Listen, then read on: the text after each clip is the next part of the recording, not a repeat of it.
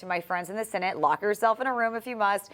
Don't go home. Get the deal done. He goes on to say no one goes on vacation until it's done. I know you've been critical of this bill. Are you a yes yet?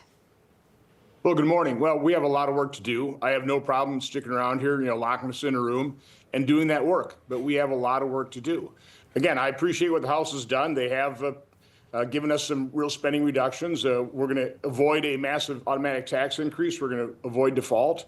We're going to provide funding for the border so we can deport individuals. It's amazing how President Trump has already secured the border, but we also need to build the wall. So there's many good things in the House. I'm not really quibbling with the House bill, except that for the fact it just doesn't meet the moment in terms of the massive spending increase we had in 2019 to 2020.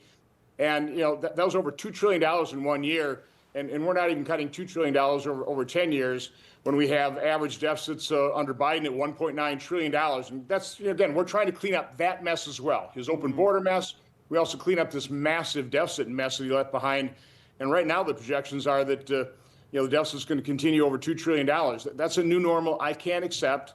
So we have a lot of work. The White House is working very cooperatively. I met with the president of the White House, I guess 2 days ago.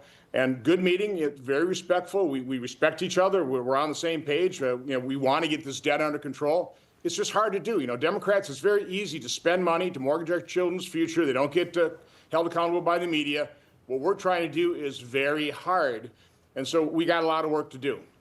So, Senator, it does not sound like you are a yes yet, but we are just at the beginning of this process. The Senate Majority Leader, John Thune, saying it starts tomorrow with the first votes. I mean, how do you think this is going to go? Is this just a up and down on each of these various issues until we finally get to the final passage?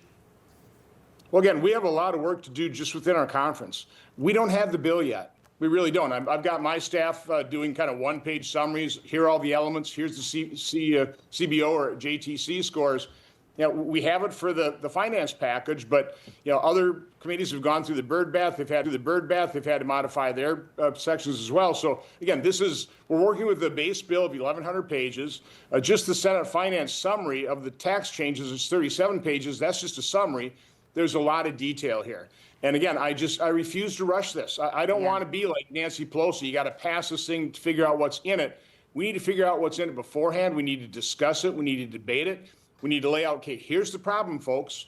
CBO says $21 trillion of deficits over the next 10 years. The CBO score for the OBB is 24 trillion. That put it at $2.4 trillion per year. Even the White House's scenario on the OBBB is about 18.6 trillion. So again, Biden averaged 1.9 trillion. I can't accept that as a new normal. So we have a lot of work to do. The good news is there's no animosity here. We're dealing with people that want to accomplish the same thing. Yeah. But I'll emphasize what we're trying to do is very hard. It's easy for Democrats to spend money. It's very difficult to dial that back to a reasonable pre-pandemic level spending. Yeah, so I know you said you don't want to rush this, and there is a lot of work to do. So do you see this thing getting done by that July 4th deadline? I think that's really aggressive, but we'll see. Okay. Again, if we were to skinny this thing down, I think we definitely could. If we don't skinny it down, if this ends up being pretty much a one-and-done situation, this is a once-in-a-lifetime opportunity to reset spending that has gone completely out of control. Again, we've increased spending since 2019 by 58%. From 4.4 trillion to this year over 7, next year 7.3 trillion. There's no justification for that. I've laid out different options for reasonable pre-pandemic level spending.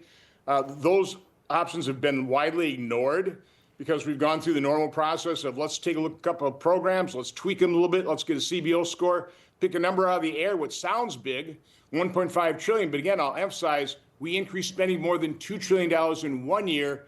The $1.5 trillion spending, a lot of that is delayed till the end of the 10-year period, but it's over 10 years. So $150 billion a year. It's just inadequate to meet the moment. But again, we're all working together in good faith. We all want to do this, but what's all possible? That's, again, I'm not going to let perfect be the enemy of the good here, but we got to get good a whole lot better. Information. Truth is freedom. Is Newsmax. It's real news for real people.